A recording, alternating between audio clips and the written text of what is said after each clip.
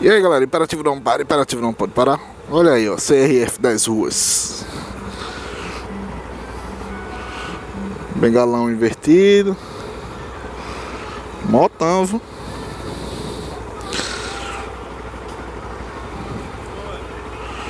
Saca aí. Olha.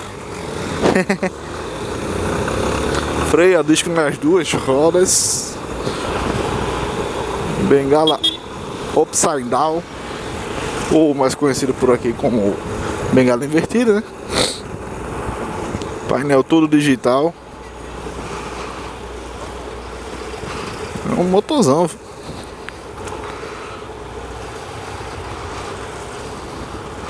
Só não gostei dessa lanterna traseira dela, ficou horrível, ó. É quadrada, mas quando ilumina parece que é redonda. Vai, filho!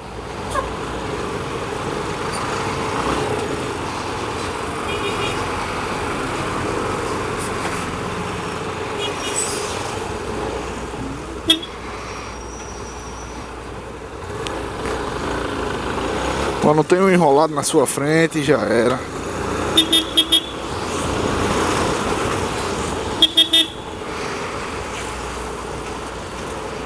E aí, Polo? Decida-se.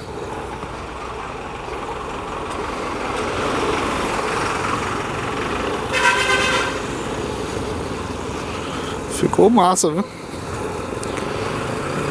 As únicas coisas que eu não gostei da moto foi a lanterna traseira, os piscas. Ficou um negócio muito avantajado. Minha voz falhou agora. Foi uma coisa muito avantajada. Vai bonitinho de longe. E aí?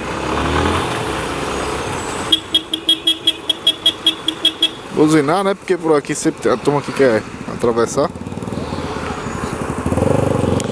E é isso aí, galera.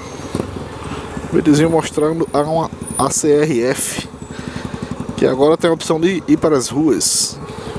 Emplacada, tudo bonitinho. Valeu, valeu.